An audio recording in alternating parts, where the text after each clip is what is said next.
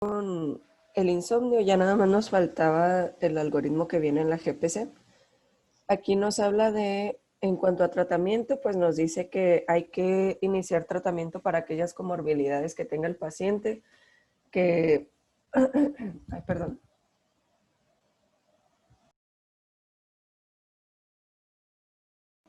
ya, que tenga el paciente que puedan estar causando insomnio o incluso aumentándolo.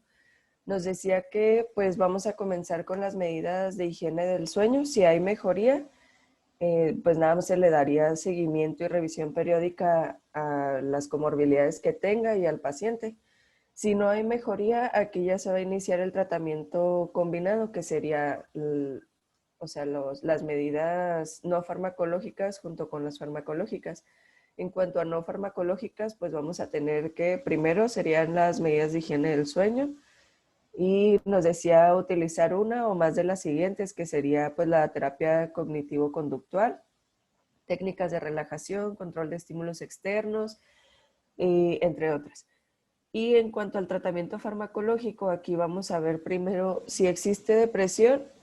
Si sí existe, vamos a dar un antidepresivo con efecto sedante. Si hay mejoría, igual se da vigilancia a los efectos adversos, se le da seguimiento al paciente. Si no hay mejoría, aquí vamos a irnos a las benzodiazepinas de corta duración a dosis bajas. En caso de que no exista depresión, pero si hay ansiedad, vamos a comenzar con las benzodiazepinas, y si hay mejoría, pues igual se da seguimiento y se controlan los efectos secundarios.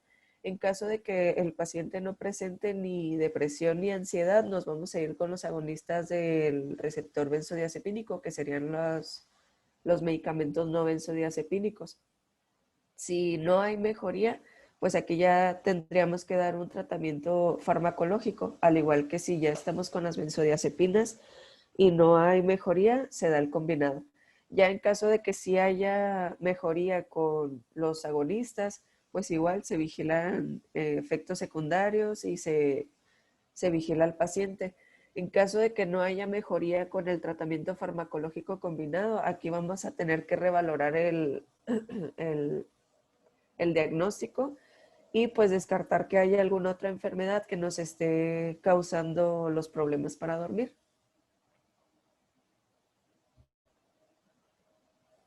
Continuando con el síndrome de apnea obstructiva del sueño, este es otro de la clasificación de los trastornos primarios. Este nos mencionaba que se da en el 25% de los casos en pacientes ancianos, que pues como les mencioné al principio se da principalmente en hombres.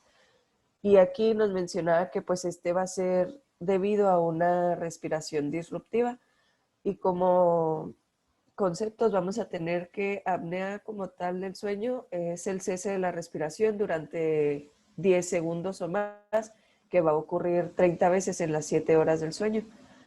El síndrome de apnea obstructiva del sueño aquí se va a definir por la somnolencia diurna y las diferentes consecuencias que van a traer las frecuentes apneas e hipopneas durante el sueño. Entonces va a ser una combinación del cese de la respiración y pues todos los problemas que va a tener el paciente durante el día por no poder dormir bien. Y nos habla que para saber el índice de apnea o de hipopnea es necesario hacer una división entre el número de apneas durante todo el sueño, así como, bueno, se va a dividir entre las horas de sueño que tenga el paciente. Si este índice es menor a 5, va a ser normal, de 5 a 15 va a ser leve, de 15 a 30 moderado y mayor a 30 ya va a ser grave, que aquí pues ya sería como tal la definición de apnea del sueño. La vamos a dividir en dos. La primera va a ser la obstructiva, que aquí nos decía que el paciente va a hacer un esfuerzo por ventilar y no va a llegar a la respiración porque hay una obstrucción parcial o completa de la orofaringe o la nasofaringe. Y las principales causas van a ser una macroglosia, que pues aquí puede estar obstruyendo parcial o totalmente. También nos hablaba de la obesidad, que esto pues era muy común en los pacientes ancianos. de la úvula demasiado grande o incluso la hipertrofia de las amígdalas. Y como clínica vamos a dividirlos en dos, bueno, los síntomas nocturnos, que aquí sería, pues el paciente va a presentar ronquidos, ruidos entrecortados, también pausas en la respiración nocturna, sequedad de boca por el hecho de dejarla abierta para tratar de respirar, o incluso nos decía que mayor movimiento corporal por el hecho de que pues no puede dormir o no puede, pues si no se siente a gusto. Y durante el día nos hablaba de una somnolencia pues muy grande, ataques de sueño, cefalea matutina o incluso ya trastornos cognitivos y de humor, que pues estos serían como pues, ay, se me olvidó la palabra. Bueno, el paciente va a estar enojado, se me fue la palabra, irritado. Irritabilidad. Ajá. Y la apnea central, que aquí sería, pues el paciente no hace un esfuerzo ventilatorio porque aquí el problema va a ser que hay un cese del impulso nervioso para la respiración.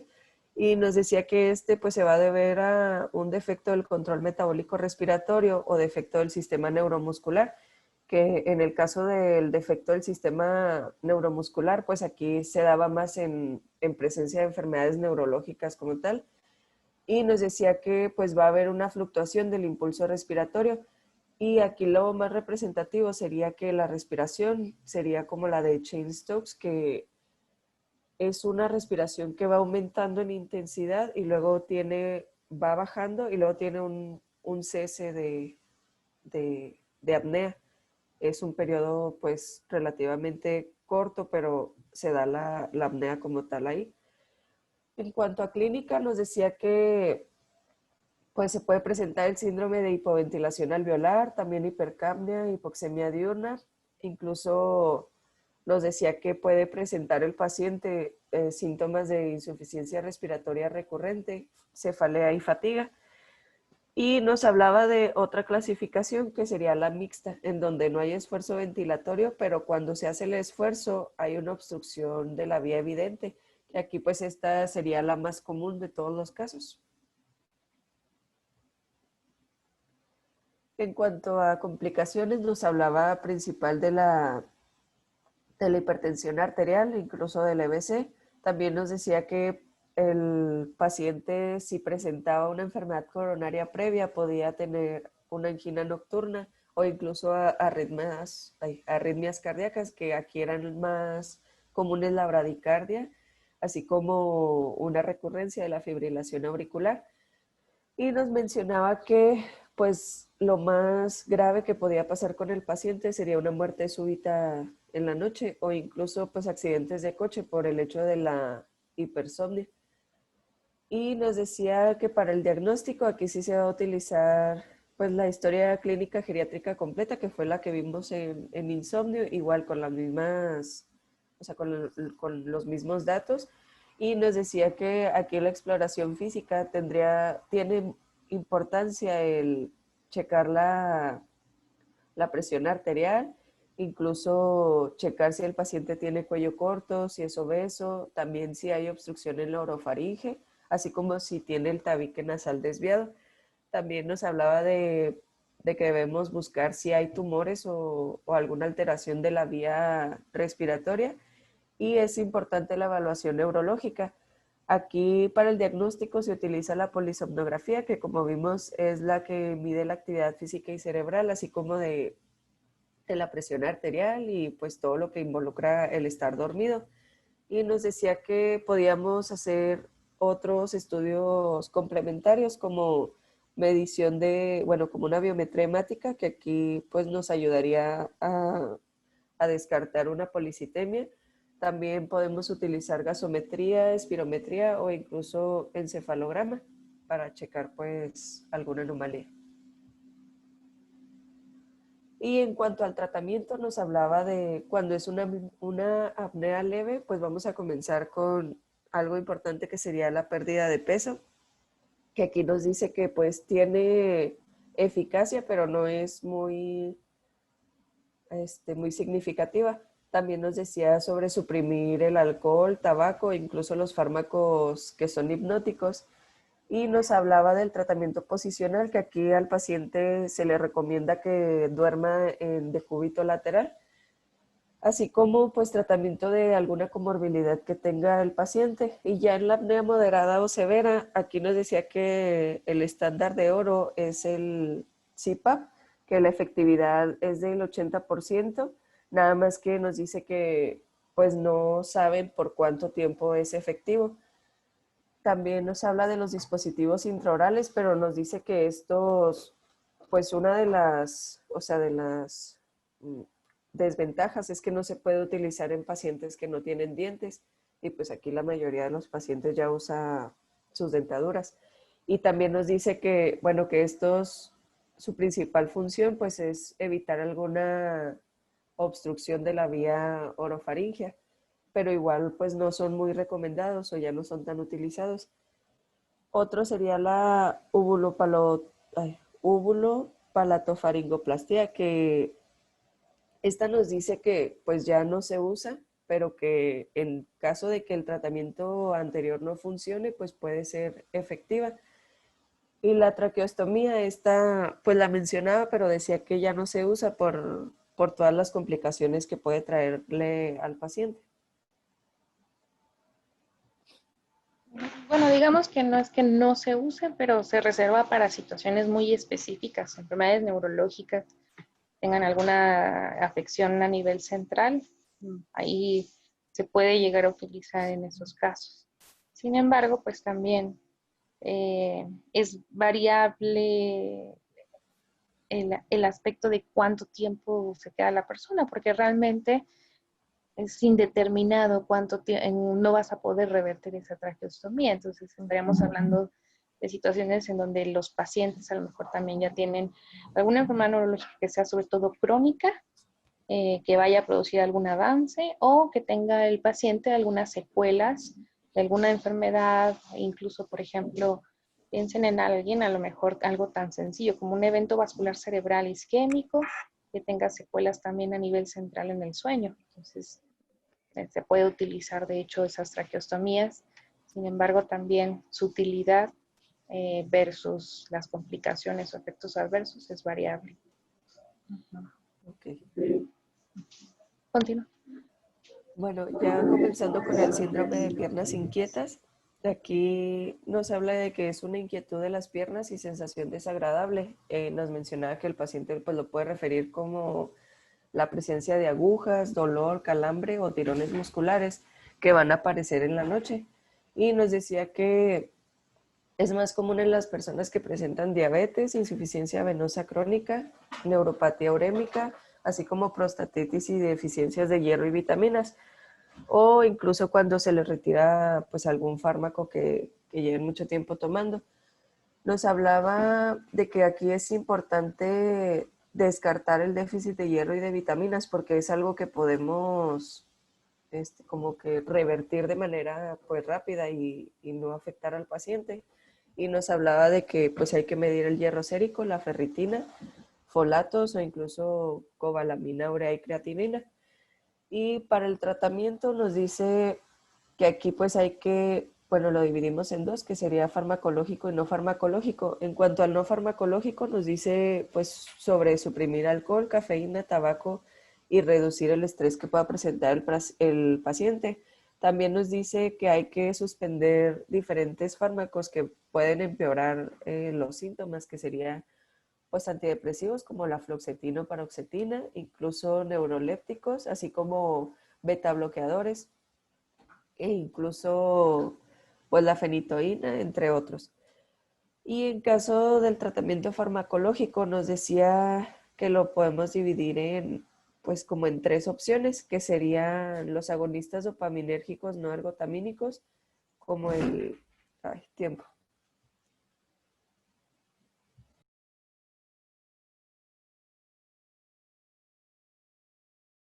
Eh, el tratamiento farmacológico lo podemos dividir en tres, que serían los agonistas dopaminérgicos no ergotamínicos, los dopaminérgicos ergotamínicos o la levodopa.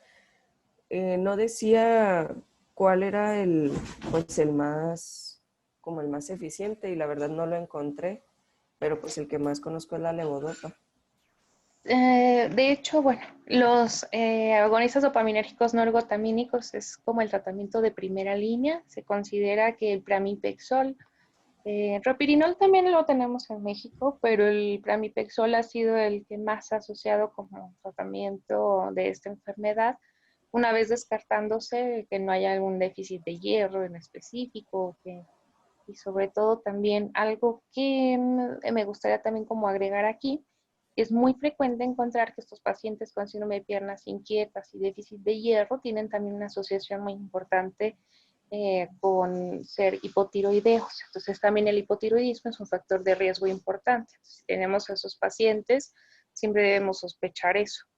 Y en la cuestión de los fármacos es bien importante, sobre todo porque medicamentos como mirtazapina o algunos neurolépticos se utilizan muchas veces para el manejo del trastorno del sueño. En algunas personas se utilizan esos medicamentos a ciertas dosis y no nos damos cuenta que muchas veces al intentar arreglar un insomnio se está produciendo otro problema que suele ser incluso a veces peor que el insomnio, que es este síndrome de piernas inquietas. Ahí esa sensación desagradable que describes realmente llega a ser en extremo desagradable. Son pacientes que tienen que a veces como tener la sensación de quererse como golpear o pegar en sus piernas para disminuir un poco la molestia, porque no es que hagan movimientos. Recuerden que no es como el síndrome de piernas inquietas no son movimientos involuntarios, simplemente la persona está sintiendo tanto dolor y es muy desagradable la sensación, ya sea de disestesias que tienen o sensación dolorosa que presentan, que se pegan ellos mismos porque al intentar mover las piernas generalmente mejora la molestia. Entonces eso es algo también muy importante dentro del cuadro clínico para descartar otras situaciones. Continúa. Bueno, y ya dentro de otros síndromes que pues me parecieron importantes, tenemos la hipersomnia, que aquí sería la somnolencia diurna excesiva, que esta pues va a ser una sensación subjetiva de sueño a una hora o en una situación pues inapropiada durante todo el día, que va a ocurrir diario durante al menos 3 meses. Nos decía que pues el diagnóstico va a ser la historia clínica completa y nos hablaba de que puede ser causada pues por todas las patologías que vimos anteriormente, que son los trastornos del sueño, también de privación del sueño o aumento en los despertares nocturnos, que pues esto pasa con los pacientes, con los adultos mayores. Y nos hablaba sobre una tabla que se llama escala de somnolencia de Epworth, que aquí pues nos ayuda a como poner el valor de qué tanto, bueno, qué tanta hipersomnia presenta el paciente y pues se le van haciendo diferentes preguntas como si se queda dormido cuando está leyendo sentado, viendo televisión o cuando, por ejemplo, va de pasajero en un coche o pues después de comer, etcétera. Y nos dice que una puntuación de más de 11 pues sugiere una alta probabilidad de tener un trastorno del sueño, que es lo que esté causando pues esta patología. Y por último sería la narcolepsia, que esta es una enfermedad neurológica crónica que causa una hipersomnia excesiva y nos dice que en la mayoría de los casos puede causar una cataplejía, que serían breves ataques de debilidad desencadenados por diversas emociones. Nos decía que pues no hay una causa conocida, pero bueno, que se piensa que tiene un componente genético, sin embargo, pues no han encontrado como tal la causa. Y nos decía que pues los síntomas van a ser crisis de sueño diurno o las crisis de la cataplejía. Y nos decía que como tratamiento pues se utiliza el modafilino. Y ya eso sería todo. Muy bien. Realmente son varios trastornos del sueño. Sí es muy importante que no se quede nada más con insomnio. Si bien insomnio es de las principales patologías en el adulto mayor por su prevalencia, por su impacto, sobre todo en la situación de que lo encontramos casi siempre asociado a otras comorbilidades y que incluso puede afectar esas mismas comorbilidades. y puede asociarse también a algunos trastornos afectivos, como depresión, ansiedad. Entonces, realmente es un problema importante. No sé si alguna vez ustedes han tenido insomnio transitorio, un día antes de presentar algún examen o cuando van a tener algún evento importante que los puso nerviosos y han sentido tal vez esa incomodidad de querer dormir, pero no pueden. Y sobre todo porque saben que a lo mejor tienen que levantarse temprano, tienen que cumplir con alguna situación y no pueden descansar. Entonces, ahora imagínense tener eso durante días y meses e incluso años. Es una situación que puede ser realmente eh, muy grave para muchos de los pacientes. Hay personas que incluso la única búsqueda a una consulta puede ser el mismo insomnio. Sin embargo, también es bien importante comentarles que a veces se normaliza tanto la presencia de insomnio en adultos mayores que muchos de ellos también tienen dificultad a veces como para comentarlo como un problema importante. Piensan que la sensación de sentirse cansados, agotados, no nada más es por el insomnio, sino que puede deberse a otras situaciones. Y al no saber eso, se da mucho en la consulta de adultos mayores que asisten, por ejemplo, a medicina, a atención en primer nivel con sus médicos generales, muestran y les dicen muchos síntomas y ya casi cuando se están yendo, es lo típico, ay, también tengo insomnio. Entonces, el médico, en vez de realizar una revisión exhaustiva, interrogar sobre eso, o incluso si no hubiera tiempo, decirle que verán cada uno de sus detalles, que a lo mejor mientras haga un diario de su sueño, en vez de hacer esa situación, es más fácil para el médico dejar una benzodiazepina. Y generalmente a veces es algo desafortunado, pero como no hay tanto tipo de benzodiazepinas de vida media corta, a veces en las unidades como Seguro Social, ISSSTE, etcétera, lo que hacen es dejarle una benzodiazepina incluso de vida media larga y le dejan clonazepam. Entonces, con eso simplemente es la muestra de lo que sucede día a día con los adultos mayores, que nada más se les da una pastilla y nunca nadie le hizo un diagnóstico apropiado, nunca nadie vio las causas, nunca nadie vio si realmente el tratamiento incluso a lo mejor podría perjudicar más esa benzodiazepina y el médico tal vez no se enterará, pero el día de mañana fue lo que le causó, por ejemplo, una caída y se fracturó la cadera y nunca más volvió a caminar. El día de mañana nunca sabrán si el paciente a lo mejor tuvo muchos síntomas de depresión respiratoria o un agravamiento de su síndrome de apnea y hipopnea obstructiva del sueño por lo mismo. Entonces, de ahí la importancia de este problema por sus repercusiones en la vida de una persona en todas las esferas y la gran falta de evaluación de esta enfermedad, de este trastorno, que muchas veces se ve más como un síntoma. La gran mayoría de las personas piensan que es como el dolor de cabeza y dicen, no lo evalúo, es algo muy sencillo, le doy un tratamiento para ese síntoma y ya. Pero igual de grave como puede ser un dolor de cabeza y repercutir, todavía lo es más el insomnio. Entonces, pues, con eso me gustaría como concluir un poco sobre el tema. Su compañera hizo una muy bonita revisión con los libros de la bibliografía básica, con la guía de práctica clínica, que me gusta mucho cómo viene esta de la CNTEC, porque está actualizada, la verdad, y además con otros artículos. Entonces, creo que, bueno, pues la felicitamos también por su revisión. No sé si alguien, no de qué. ¿Nadie tiene alguna duda sobre este tema? No, doctora. Ni para fines de No, examen, ¿seguros? para fines de examen, entonces leemos de la guía práctica clínica o del libro.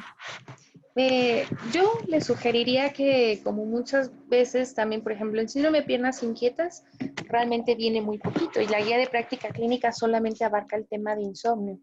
Entonces, creo que incluso podrían basarse más en la presentación de su compañera y de alguna manera es como lo más básico. La verdad es que en el examen para la cuestión de insomnio, viene incluido sobre todo lo que en los dos libros viene Diver como siempre, pero algunos datos, por ejemplo, de síndrome de piernas inquietas y síndrome de apnea obstructiva del sueño, también vienen algunos datos extras, es decir, como de algunos artículos, y creo que, de hecho, su compañera mencionó lo que queríamos.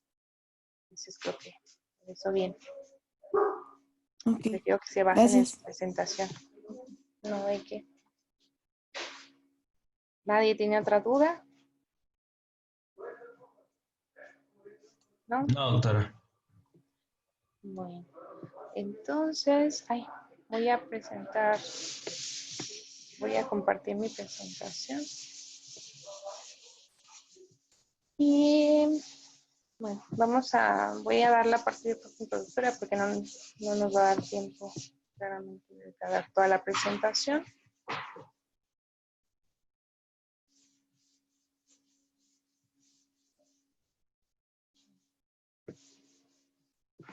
¿Ya se ve la presentación en grande? ¿En toda la pantalla completa? Sí, doctora. Sí. Muy bien. Bueno, pues vamos a empezar con el tema entonces de delirium. Delirium es uno de los temas de más importancia en el aspecto de que es una de las situaciones por las que más van a solicitar, por ejemplo, a un geriatra en algún hospital. Son las situaciones que más van a afectar incluso la carga tal vez de trabajo cuando se tiene un paciente hospitalizado, la carga de cuidados en la familia, realmente tiene un impacto muy grande. Es tan frecuente, pero sin embargo tan subestimado. Y muchas de las veces no lo vemos como una enfermedad, muchas veces se asocia a que los adultos mayores están, por ejemplo, teniendo demencia y piensan que solamente está delirando, está confundido. Entonces, de ahí la importancia de comentarles este tema y que consideramos, de hecho, uno de los síndromes geriátricos pues, más importantes en los adultos mayores. Me gustaría primero, comentarles que es una de las causas más importantes de enfermedad y mortalidad. A lo mejor alguien diría, bueno, pero ¿por qué tendría que ser una causa de otras enfermedades? El mismo delirium, por los síntomas que vamos a ver más adelante a lo largo de esta presentación, nos vamos a dar cuenta que pueden desencadenarnos desde una caída, desde una agitación psicomotriz tan importante que pueda causar que el paciente se lesione a sí mismo a través de una agresividad física, va a tener agresividad también física, pero dirigida hacia su familia, entonces eso también va a ser muy importante, porque puede desencadenar no solamente un agotamiento en el cuidador, que muchas veces ya puede haber tenido algunos datos de otras enfermedades, sino que el delirium viene como a ponerle esa última gotita que derrama el vaso y muchas veces suele ser la causa también de por qué a veces incluso el personal de salud se siente tan cansado y saturado que cuando de repente un adulto mayor en una de las salas de hospitalización empieza con el delirium, explica por qué pueden llegar a situaciones donde los amarran, donde no les hacen caso y los ignoran aunque estén delirando, confundidos y gritando, porque asumen que la única manera y la forma más fácil es ponerle tal vez un sedante, amarrarlo y hacer que no se toque nada de las soluciones. Entonces, realmente es una situación que causa muchas otras enfermedades, tiene riesgos también asociados a sus síntomas y también es una causa de mortalidad. Y el hecho de que sea una causa de mortalidad se debe principalmente a lo que el delirium nos quiere decir. Entonces vamos a ver que el delirium también puede ser una parte como de un síndrome clínico, nos puede estar hablando de alguna enfermedad subyacente, puede estarnos hablando de complicaciones agudas, y el hecho de haber ignorado el delirium hace que ignoremos entonces la causa por la que se provocó ese delirium, lo que puede traer consigo mortalidad, simplemente por el subdiagnóstico que se hace y el maltratamiento muchas veces asociado también a estas alteraciones. Además de eso, comentarles que el delirium, por eso es de nuestros síndromes geriátricos más importantes, va a ser un aviso de enfermedad. Es decir, el hecho de ver a un paciente que tiene delirium no significa que nada más vamos a tratar el delirium, sino que va a ser la sospecha para decir, este paciente tiene algo, es decir, tiene una infección tal vez, tiene alguna enfermedad, y que su síntoma principal está siendo el delirium. Puede ser una deshidratación, puede ser incluso un infarto, puede ser un sangrado del tubo digestivo alto. Es decir, el delirium va a ser entonces un aviso atípico de enfermedad en los adultos mayores. Y así como vimos en fragilidad, este síndrome también nos refleja qué tan vulnerable puede ser un adulto mayor. Generalmente el delirium no va a suceder en un adulto mayor que sea robusto, sino que va a ser un adulto mayor que generalmente ya tiene o prefragilidad o fragilidad. Entonces, eso es lo que nos refleja también el delirium.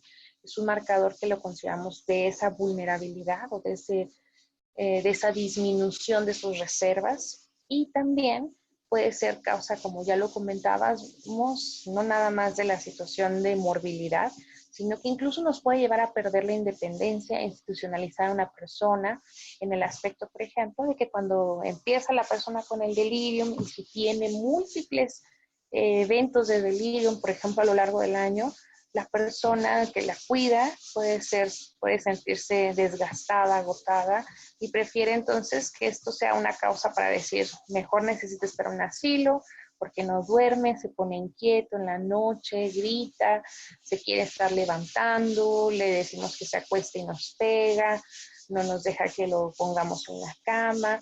Luego el efecto que tiene el delirium a lo largo de la mañana, de la tarde, del día siguiente, por esa alteración o inversión del ciclo de sueño, también llega a que las personas se agoten. Entonces, no solamente disminuye la función de esa persona al no dormir, sino que también pensemos que esa persona está tan agresiva y agitada, no va a comer por sí sola, no se va a querer vestir, no se va a querer bañar. Entonces, también incluso pueden perder la independencia lo que dura el delirio, y eso genera mayor sobrecarga en los cuidadores que piensan de manera muy importante, pues institucionalizarlo, ponerlo en un asilo y que alguien más lo cuide cuando tenga esos problemas. Y pues finalmente la muerte, el no reconocer la enfermedad subyacente que nos está ocasionando este síndrome, pues puede hacer que la persona fallezca por la situación que subyace a este delirio por no darnos cuenta. Entonces vamos a ver que el delirio viene de la palabra delirare, que significa salirse de surco, no arar derecho. También lo van a encontrar con múltiples nombres, eso es muy importante.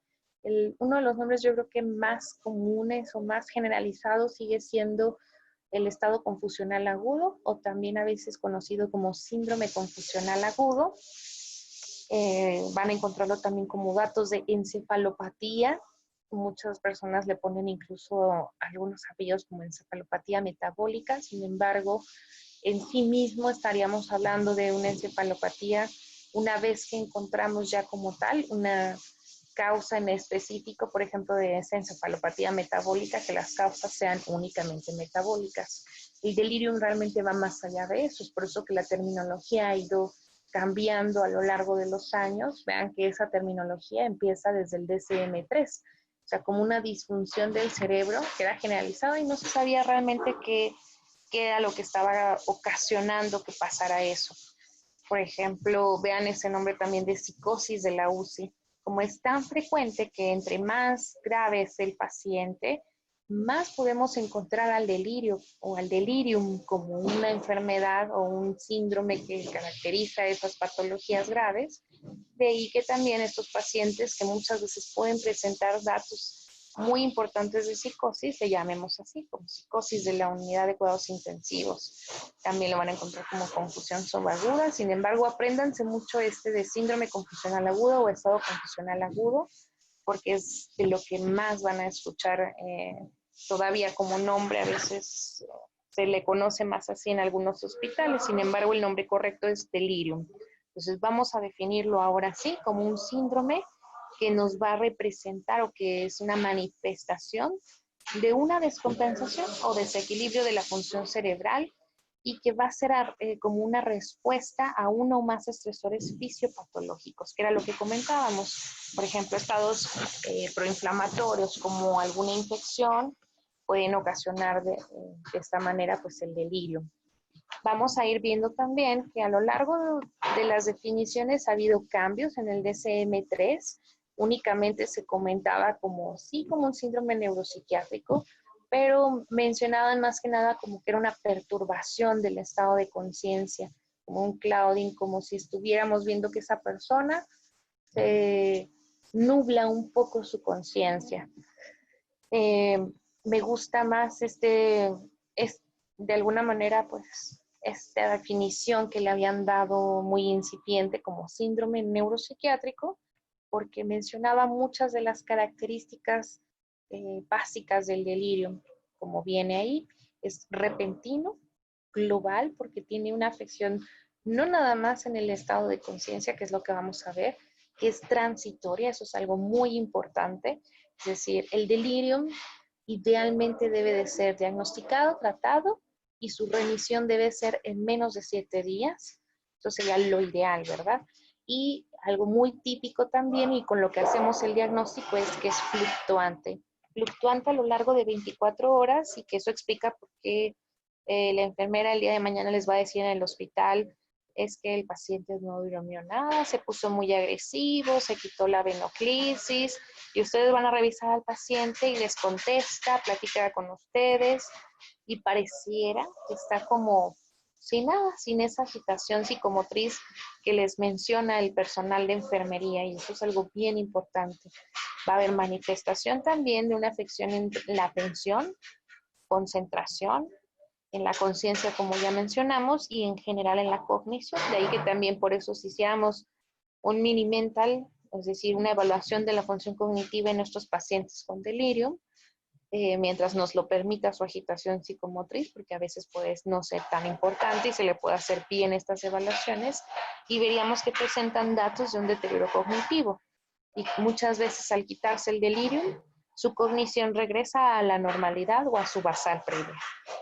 Y finalmente con el DSM-5 se dan cuenta que la cuestión más importante no es la perturbación del estado de conciencia o del nivel de conciencia, sino que principalmente es la cuestión de una de las funciones cognitivas más importantes, que es la atención.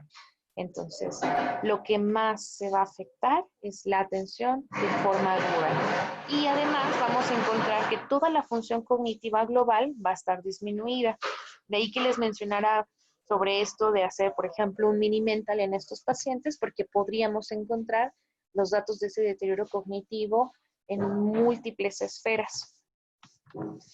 Y bueno, comentarles también, como les decía, por qué es tan importante para nosotros en geriatría. Se considera, para incluso mencionar, ha sido mencionado en la parte de la OMS, como una de las patologías que se encuentran como en el top 3 de las situaciones o condiciones en adulto mayor que deben ser una meta para mejorar la calidad de su cuidado en adultos mayores vulnerables, es decir, pacientes frágiles que presenten delirium, se convierte en una meta, no solo para la geriatría, sino para la atención médica en general, hacer que su cuidado sea de mejor calidad. La prevalencia en la comunidad puede parecerles muy baja, de 1 a 2%. Eso tiene que ver realmente porque son muchos adultos mayores que se encuentran en casa, y no significa que todos van a presentar delirium solo por ser adultos mayores, sino que realmente vamos a ver que esa prevalencia sube de manera tan importante cuando una persona ingresa al hospital. Entonces, cuando alguien llega al hospital siendo adulto mayor, vamos a ver que su prevalencia puede ser desde un 18 hasta un 35%. Y va a haber patologías con las que esta asociación va a ser mucho mayor. Por ejemplo, vean cómo puede llegar casi hasta un 50% de los pacientes con fractura de cadera. En pacientes con demencia también se puede presentar en un 50% de los casos. Son porcentajes grandes, es decir, 1 de cada 2 puede presentar delirium. Y al final de la vida de los pacientes es mucho más frecuente encontrar esto delirium, sobre todo en aquellos pacientes que ya se encuentran en su etapa no solamente de terminalidad, sino que ya se encuentran en los últimos días o en las últimas horas de su vida. Hasta un 83% de los pacientes pueden presentar delirio. Y algo muy importante como para remarcar un poco toda esta situación, porque parece un porcentaje muy grande de pacientes que pueden tener esto, pero la prevención de estos casos puede llegar a ser hasta un 30-40%. Entonces, esa es pues alguna una de las situaciones más importantes en cuanto a que podríamos mejorar la calidad del cuidado de estos pacientes o simplemente podríamos prevenirlo en un porcentaje muy grande. La incidencia, por eso, en el hospital, que son los casos que se presentan, es decir, no al ingreso, sino durante su estancia, también son importantes, de un 11 a un 29% en los adultos mayores. La prevalencia, como mencionábamos, aquí ese viene de una bibliografía también español, es europea, entonces realmente por eso comentan como hospitales de agudos. Sería como nuestra zona realmente como si estuviéramos en una sala de urgencias o una hospitalización en donde los pacientes pasan su primera estancia antes de pasar a lo mejor a cuidados de largo plazo o a estancias más prolongadas. Entonces, su prevalencia es tan importante como hasta un 11 a un 42%. Y me interesa que vean la otra prevalencia de estancias de cuidados de largo plazo y lugares, por ejemplo, allá en Europa, donde ponen una rehabilitación posagudo. Es decir, por ejemplo, personas con una fractura de cadera pasan después a una estancia de cuidados de largo plazo o estancias que ya les llamamos como de larga estadía, en donde se van haciendo su rehabilitación antes de irse a casa. En esos pacientes puede ser hasta un 84%. Y ahora quiero que vean, si esto pasa en Europa, ¿se imaginan cómo está la situación, por ejemplo, en estancias de cuidado aquí en México, que es lo que comúnmente conocemos como asilos o casas de cuidado o residencias de adultos mayores? Su prevalencia es mucho mayor cuando se están recuperando de alguna situación aguda. Y además de eso, pues suele ser todavía más subestimada. Y la prevalencia en la unidad de cuidados intensivos, de ahí el nombre tan importante de esta agitación en la UCI o confusión en la UCI, vemos que puede llegar a ser hasta de un 87%.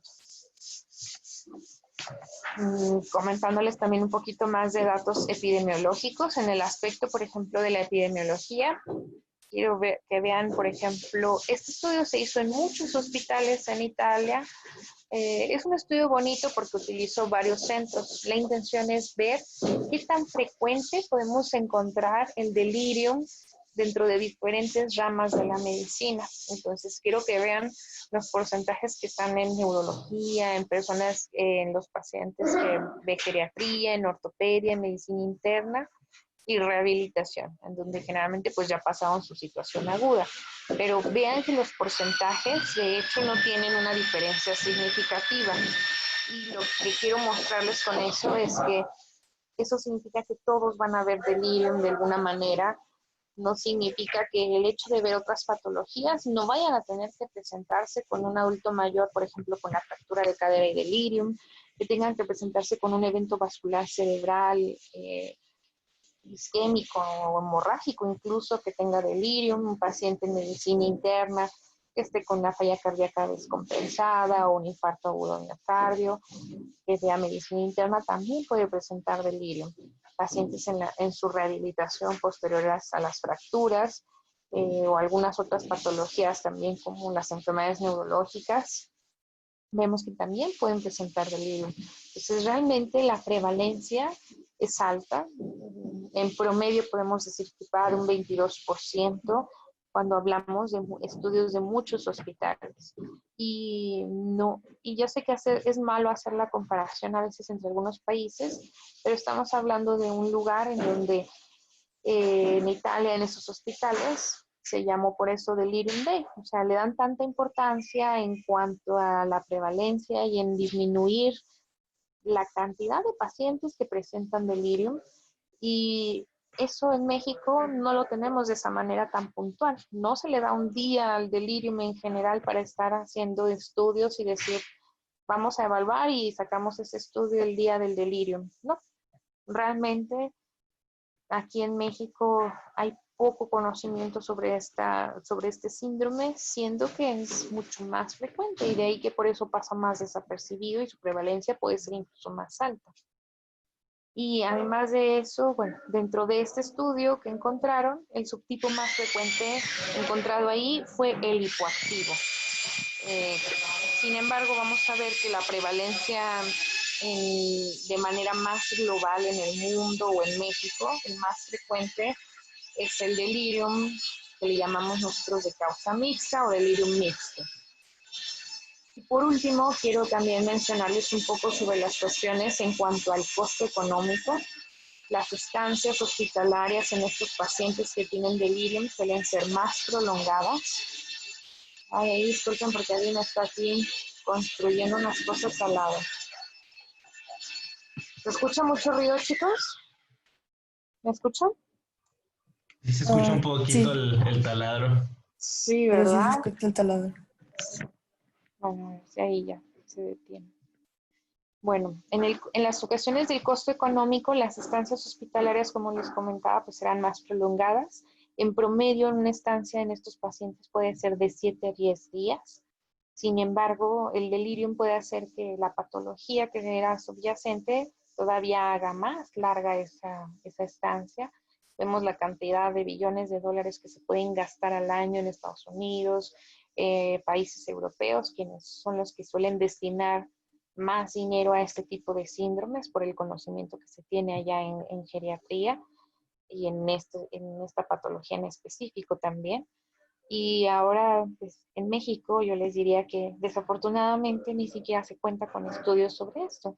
No hay estudios que vayan a evaluar un costo económico de un síndrome que pues, suele ser desafortunadamente olvidado, ignorado y que no suele muchas veces darse el tratamiento pues adecuado. Con esta parte, porque estamos a un minuto, yo creo que terminaría la parte de las cosas que son más importantes. Todavía me falta un poquitito más de epidemiología, pero es lo que más van a ver ustedes en las cuestiones del examen. Les voy a dejar ya nada más de tarea que busquen una clasificación que se llama CAM, C-A-M, y lo van a encontrar como también parte del diagnóstico para delirio. Y esa pues va a ser su tarea. Ay, alguien me está poniendo aquí.